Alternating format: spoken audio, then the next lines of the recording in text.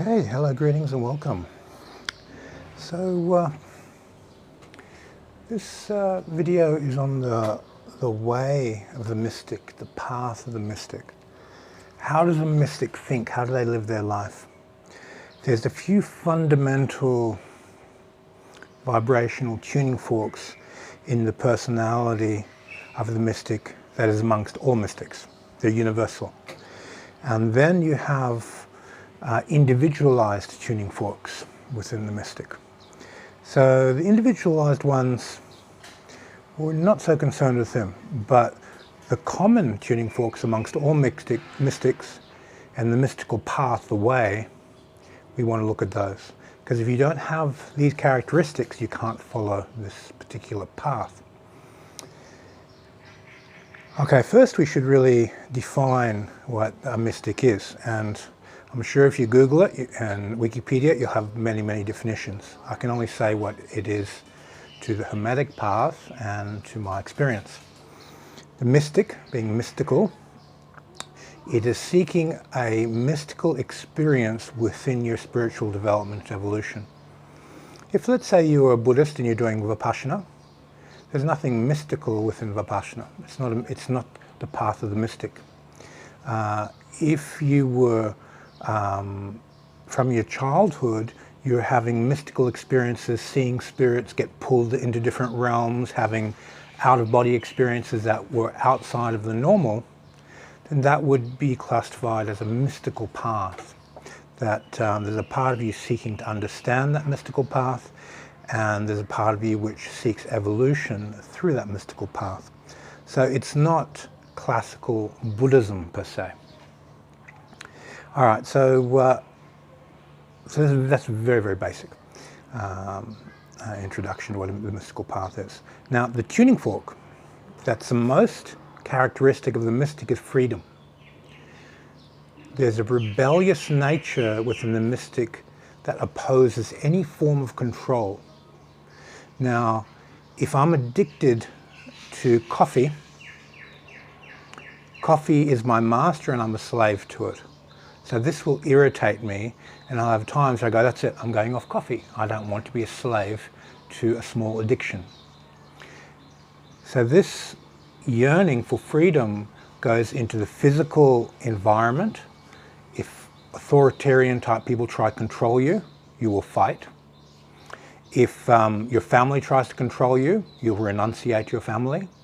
If your spouse tries to control you, you'll discard them. If people try and put their clutches into you and make you do what they want, you'll rebel against them. You seek freedom on a very, very deep genetic level. It's right in your psyche, right in your spirit, right in your emotion, right in your body, in your physiology. You want freedom. And anything that hinders that freedom, you rebel against it.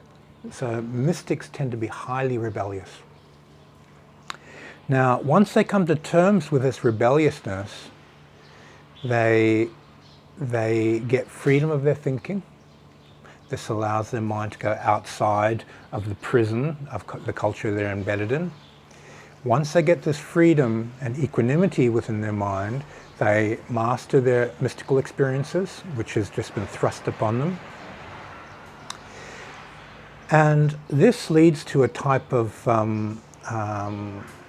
religious path, a personal religious path, based around the experiences that you're having.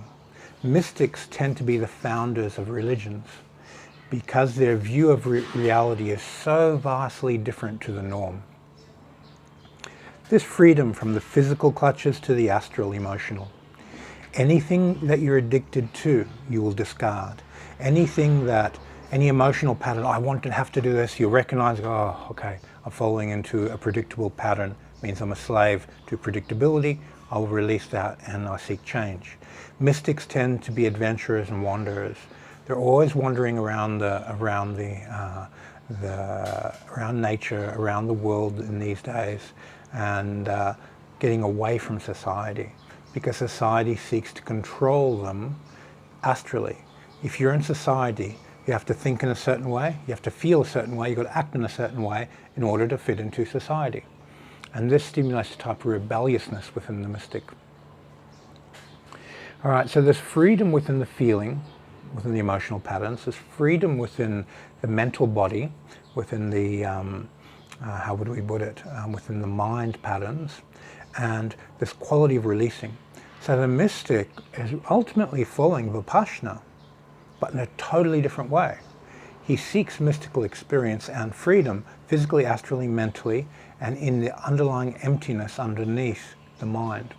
Now, the underlying emptiness underneath the mind, this is the most important part. Mystics they seek and wish continually for quietude, stillness, because this is where they experience the most amount of freedom. That equanimity you get from quietude, it opens up one's mind's ability to see, to hear, to feel, to know, to translate knowledge, to smell, to taste outside of the physical realm. And this freedom is very, very ingrained into stillness and equanimity. So the mystic will want to go live in the forest because it's simply quieter there. Nature will love you and help your mind, your feeling, your body enter into quietude. Because nature understands that. Nature understands the evolution and the spiritual journey. And if you love the trees around you, your trees are going to nurture, support, and give you power for your spiritual practice. So let's say we look at a person goes to a nightclub, has a beer, has a cigarette, listens to music, is captivated by the atmosphere. There's a whole range of addictions there that are in complete opposition to the mystical path. And many people who are caught in that trap of partying and so forth, and if they have the mystical gene inside them, that mystical gene will be pulling on them going, there's something missing in my life. What is that thing that's missing? It's quietude. It's nature. It's freedom from the things that have bound you, the trap that you've put yourself into. Okay, so this is tuning fork number one, the search for freedom and the mechanism of releasing the shackles, releasing all the attachments, releasing all the things that are binding you, releasing all the things that are controlling you, and going into nature. So this is number one. Number two are mystical experiences. Mystics seek mystical experiences. Now, in most cases, they've already had these mystical experiences. They've had them as a child. They've touched a drug that screwed their mind up, and all drugs screw your mind up. That's 100% because they mess with your chemistry too much. 10% of people or so have a certain resilience to it, where it screws them up slowly so they can't see it. But guaranteed, those people are still being messed up. Their willpower to control their mind state is being reduced every time they engage in a drug that turns them into a slave for a period of time. It softens the mental astral matrices, it weakens their mind's ability to control themselves. They're slowly slipping, but they can't see it. The other 90% of people can see it. They know it's bad for them. So the mystic will never touch drugs. This is not the mystical path. It's more of a shamanistic, lower frequency path. It's not the mystical path. Now the mystic who is seeking these spiritual experiences will usually have had them. Their grandmother passes away and they wake up in the morning and the grandmother's standing at the end of the bed and the spirit is smiling at them. And they go, I knew it. I knew there was life after death. So they'll have these continued reinforcement of, I knew it. It's like their inner intuition is validated by the experiences that they're going through in their life. So this process of seeking the mystical experiences will lead them into cults. It'll lead them into Indian yogi cults. They'll start studying yoga and going to India. They become, for a short period of their life, followers. They're seekers because they're looking for the answers. Now, this doesn't last long because mystics are not slaves. They're not going to go and touch the feet of a yogi and pray to them. This is totally antithesis of what a mystic is. A mystic is a master of their own experience, not a slave to go and worship someone else. A mystic will never bow down to an image of another human being because they know the universal mind is far greater than that. The idea of a God consciousness is trillions of times greater than any individual who's touched God consciousness. And they know this in their soul. They know freedom is not found through a person. It's not found through an identity. It's found through the mystical lifestyle of releasing all your attachments, releasing all your aversions, continually staying in a state of mental, astral, physical freedom, being close to nature, loving nature, and nature loves you and gives you more quietude, which gives you more insight and understanding into this mystical path. So this seeking of the mystical experiences will start with what is available, what's around, what meditation groups are there. You go to them all, you look for real answers. And most of the time, 9 out of 10 of these teachers are fake. They're people, no different to you, who are seeking but haven't found.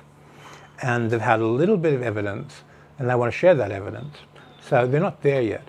But because of the projections of the followers, they have to project they are there. And to tell you the truth, until you reach Nibbana, you're never there.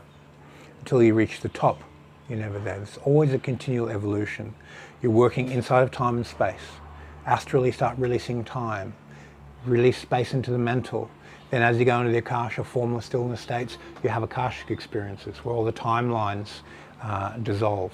And you see your past lives and you see future lives. And then you go into this non-dual light state where you become very sensitive to the mind of creation wishing to bring light into form and evolve everything that is. And then beyond that light is Nibbana. And Nibbana requires complete release within the mind substance. The mind has to equalize all these levels going up and showing equanimity in every mind state, continually releasing, continually generating more and more freedom and equanimity, which ironically creates ownership of each one of these levels as you generate equanimity with it to achieve the highest. So this process of the mystical path is you want more mystical experiences. This becomes a type of addiction. You have a clairvoyant experience, you see a spirit, I want more of that, and you get mystical addiction. And this is what we call a positive addiction, because what it does, it gives you ownership of that level of experience so you can move on to the next. So it's not an addiction where you're a slave to something, it's an addiction where you're a master and owner of your experiences so that you can transcend those experiences and move on. In Buddhism, there's a silliness that, don't develop clairvoyance, don't develop the divine eye, don't learn how to heal, don't develop any mystical skill, because that's an attachment. That's complete nonsense. It's a platform to understand, develop insight so you can see ultimate reality clearly. Every person who says it's attachment doesn't have any skills. They don't have any clarity. All they have is their intellectual brain, which is reading too many books and not practicing enough and is limited. And because of that view, they can't see the astral worlds. They can't commune with devas and receive insight and universal knowledge. They're totally blocked and bound into the fragileness of their own intellectual constructs that they believe is the correct path. Freedom does not have a view. Freedom is just letting go of everything which arises, recognizing I see, I want to see physically, I was born with that skill. If I want to see astrally, I have to release time, peripheral vision, bring light through the eyes, retune the spirit astral consciousness through the eye consciousness and bring it into equanimity. And then see. Activate the spirit senses. Activate the Akashic eye that sees through time and space. Activate the non-dual light eye. And insight flows through you to know. Without this, it is a purposeless path. There is no power inside that path. So the mystical path, the mystical way is superior to any other method that I've seen, because the power of yearning to evolve yourself is so strong, you act continuously. There's no, I'm going to sit and just be quiet and meditate today and do some releasing. No, you're in the jungle, you're in the forest, you're climbing trees, you're climbing mountains, you're standing on volcanoes, you're touching the fire spirits in the volcano and befriending them. You're going into caves and communing with earth spirits. You're going into the water and going diving and communing with water spirits. You go up into the mountains on cliffs and commune with the air spirits, and you raise your mind up into the air. This is a mystical path. It's a highly adventurous path. It's not a path of, I'm just going to sit and meditate. It's highly interactive with nature. And more importantly, it's highly interactive with the powers of nature. Okay, so as we move through these fundamental tuning forks, we have freedom. We have craving for the mystical. Then we have transcending the mystical. Once you've developed a particular skill set, you craved it, you understood it, you owned it, you mastered it, and then you let it go. You recognize, this is why these Vipassana people talk the way they do, that you shouldn't strive for it. Because if you embed yourself in an astral clairvoyance, to have astral experiences, even though you own it, if you're attached to it, you can't move to the next level. So you have to own it inside equanimity, inside emptiness, so you move on to the next level. So you have this methodology of releasing lower skills to achieve higher skills, to move up a vibrational scale. Now, as soon as you go past the delusional realms, now the delusional realms are the realms of religion. These realms are, if you connect to a Christian group, those spirits will say to you very clearly, Jesus Christ is your Savior. You must go through Jesus Christ. There is no other way. And they will preach this delusion. That's not true. Now, if you go to another religious group, they will preach the same nonsense within the astral realms. They will they'll put you in a box and say you're limited to our system, our construct. These are the religions of the lower half of the astral world. They fear God. They talk about love, but they don't know what it is. Now, as you move through these lower levels and go to the higher levels, then these beings don't project a religious framework. What they do is they give you processes. Figure it out for yourself. Do this. Concentrate your mind. Follow these processes, and skills activate. And when those skills activate, you have direct experiences, and you make up your own mind. You have direct experiences. And this is where books like the Rebellion, 7 Hermetic Laws, where you tune your mind to a frequency, your mind resonates to that frequency, it generates astral feelings, it comes into form, and then you have this pillar of that frequency of light on a particular frequency, might be clairvoyance, start to activate from within a particular astral realm, and you start having mystical experiences. These spiritual beings will give you these exercises and say, hey, practice this, and this will happen. And you practice it, and it does happen. And sometimes they don't even say what's going to happen. They don't give you the self-fulfilling prophecy. They just say, concentrate on this frequency and watch what happens. It's interesting. So you can't project anything. There is no view. There is no truth to stick to. There's no delusion to manifest. You see things as they actually are. So from the second half of the astral going up, to move from the bottom half of the astral worlds to the top, you have to, one, no view. You can't stick to any religious doctrine. That would be silly. That's an attachment. You have to let go of all religion. You have to let go of all rites. You have to let go of all rituals. And rituals serve you as a beginner. It puts you on the train to success. So use them and then discard them when the time is right. Never become addicted to a ritual. You have to be able to let go of all your support structures. So if you're using amulets, rituals, altars, people, your sangha, the group of people around you that support you, you have to have a time where you leave them all behind. And your mind is the master. Your mind stabilizes you. Your mind gives you equanimity to rise in frequency. Now I use this term rise in frequency because obviously there's a lower and there's a higher. There's a vibrational scale, and each vibration along that scale has a frequency or a state of awareness and being. That state is qualitative and quantitative. The more you own it, the more quantitative it becomes. Or you can simply pay attention to it, not let it stream back down astrally and physically, and just keep it in your mind substance, use it as a platform for ascension, but not have any mystical power. This will depend on your life's path, your purpose, what it's for. For instance, my life's path is to teach, to take knowledge, stream light in the form of knowledge, translate that knowledge and share it to you like I'm doing right now. So that's where I focus my skill.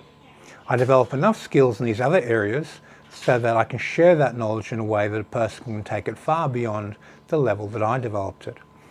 I don't need Fajin, I don't need martial arts, I don't need any of those Qigong skills that I teach people, but I have to do them up to a certain level so I can demonstrate and say, hey, feel the heat, feel the cool, feel the magnetism, feel expanding force, feel this healing force, feel these different qualities. And as people tune their mind to that tuning fork, feel it, and they have a process, they can take it far, far further than I did if it's a part of their life's purpose. If it's a part of their passion, desire. They want to develop that to an extremely high level. Fully up to them. Okay, so we've got freedom. We've got the craving for the mystical experiences. And then we have the ownership of those mystical experiences so that we can release them, so that we can move up the vibrational scale. As soon as we start getting up that vibrational scale, we move into the next phase, which are it's a development of spirit senses. This transcends mystical experiences because these spirit senses, they're not experiences of the physical body as a magical skill. They're mind states, they're states of insight, they're states of awareness, they're states of understanding, they're states of union with Godheads. Now I say Godheads because the universe is created hierarchically.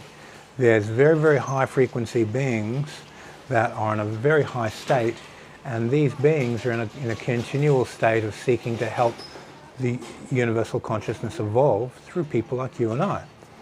And as we go into union with these Godheads, these very, very high frequency old souls, we get transmissions of types of light that stimulate spirit senses that generate spiritual freedom.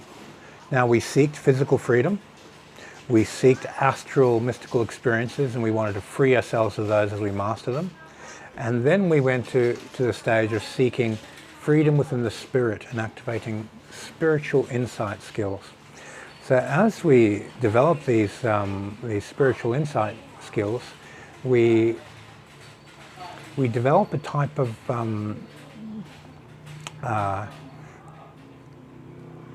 connection to the environment, a type of omnipresence, a type of need within us to take ourselves out of the forest, come back to society and share knowledge, because the spirit is a unified field that connects everything. So the mystic has to leave society and then gets pulled back to share knowledge, share information, share teachings, share methods. Now, they might invite people to come out into their forest and live with them to train there and train teachers, or they might come back into society to share their experiences. But there's this omnipresent craving that says, as an individual, I'm a part of a whole, and the mind becomes more a part of the whole than the individual. And as that hits critical mass, the fundamental yearning is to share knowledge, is to develop yourself in such a way that you work for the benefit of others through your personal development. So your motivation moves from, I want a mystical experience, to, I want everyone to experience this. I want everyone to evolve. I want everyone to raise up the vibrational scale. So this is the quality of the spirit. It's an omnipresent quality. It's a feeling of being connected to everything and everyone. It starts with the forest around you, then it moves into your community, people you connect with, and you feel connected and a part of those people. And as such, this omnipresent feeling generates a type of insight, an understanding, an omniscience of their situation. That omniscience activates love.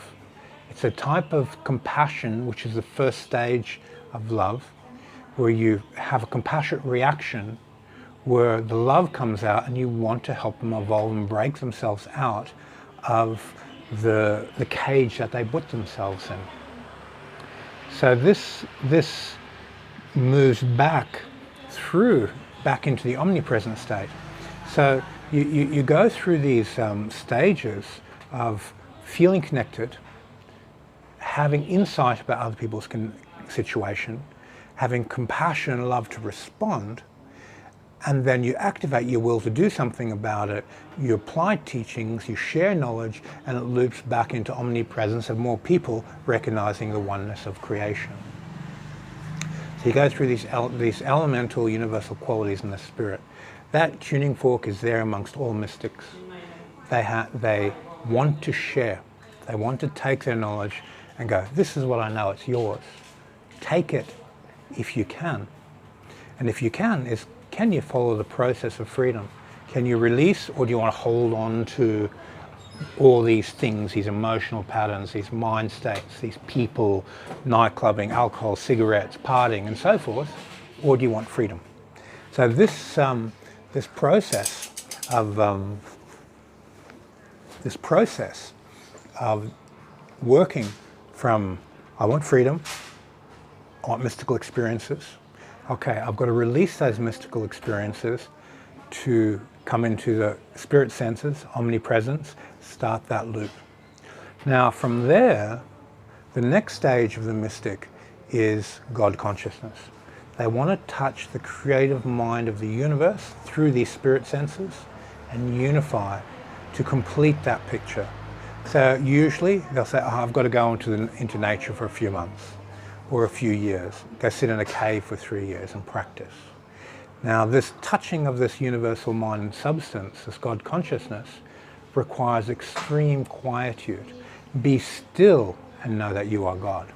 To be still requires you to have no interruptions, no people bothering you, no commitments, no, I've got to go out and do this, I've got to go out and do that, I've got to see so-and-so, I've got to check my phone. Mystic has a time to check their phone, but it's a timing. Okay, I'll go and check that. But they forget it most of the time. It's not on the radar. They don't grab their phone when their phone vibrates all the time. It's not that type of lifestyle. So this touching of God consciousness becomes a very, very strong craving. You want to unify with this mind substance. Now, this God consciousness is dual. You have release of creation and you have creation. In Buddhism, this release of creation is called Nibbana.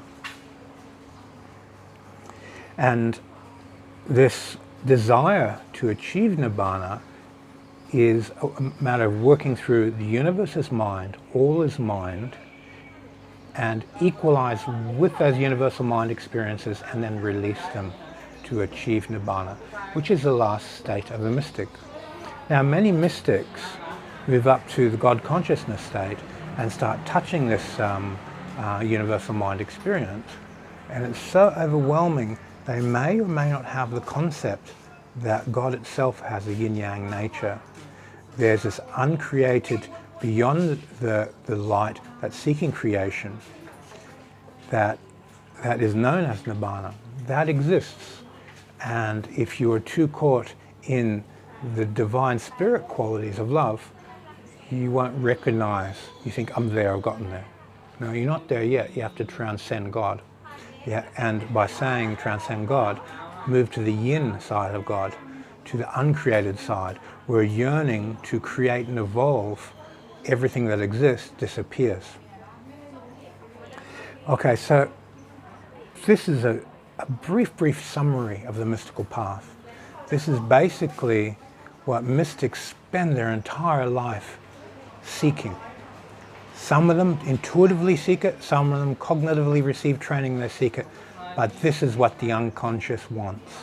Freedom, all the way up to Nibbana. Now, words don't do justice for the mystical path. A mystic in Africa will use different words, different expressions. A mystic in Asia will have different words. A mystic in India, different words. But the universal laws that regulate the path of the mystic are the same for everybody. There's just different words, different descriptions. Now, in closing of this video, the way you ascend matters. When you develop your skills physically, how you develop them forms a framework of how you can share them. When you develop them astrally, how you share that light will move through that astral structure. How you develop your mind matters, because that's how you will share that light later. And how you connect to God consciousness, any attached subtle belief structures matter, because they may come out as an outcropping as a religious fever. And that's not the true mystical path. That's a mystic achieved a high level but got corrupted by view. He forgot to release his view. So there's these deep states of stillness where you touch these non-dual light states. And then as you come back into form, the ego, the mind, tries to make sense of it. So it'll read through the old text. It'll go, oh yeah, that makes sense, that makes sense, that makes sense. And then it gives them an intellectual, physical construct, which 99% of the time is wrong. You cannot give a construct to something that doesn't have one. Non-dual light is non-dual. So your formless path is very important, that you maintain a formless view. Because when you've had these experiences, you come back into form and you want to share your knowledge. Guess what? You can't. You can only share it through a yogic tradition or a Buddhist tradition or through a mystical Christian path. You'll be very limited to how this light can come out. Now, let's say if you look at Andre Bessoni, has an incredible amount of Holy Spirit, angelic beings flowing through him. But his view is so structured and caught within Jesus that he will never be able to transcend that. He can't have universal experiences. He can't move beyond his view, no matter how much power that is embedded within him. So don't make this mistake. The way you rise will create a pathway for that light to come back into form. Keep your path as formless as possible. And this is, in my early years, this was my biggest mistake. It took me a decade to realize this before I went, formlessness. I'm a universal being. I have to maintain a universal view. I have to keep my mind inside of the metaphysical laws and be those laws, not any religious doctrine. So I abolished all religious doctrines and I just continue to release and dissolve them. So now I can go into a Buddhist group, a Christian group, and invoke the Holy Spirit, invoke the Buddhas, invoke the deities that are needed, so that light can flow through the needs of those people. If you restrict yourself to limited belief structures, that light can only glow through those limited belief structures. It'll still glow, but it's not unlimited. Okay, so your path matters. How you develop yourself, the more formless and released a view you are, the more universal your perception is of the universe, then that light that comes back will be more universal, and you'll be able to live with a greater amount of freedom with that light, because you won't be clinging to any particular religious dogma, any particular religion. That's the true path of the mystic. Okay, thank you for your time. Stay happy.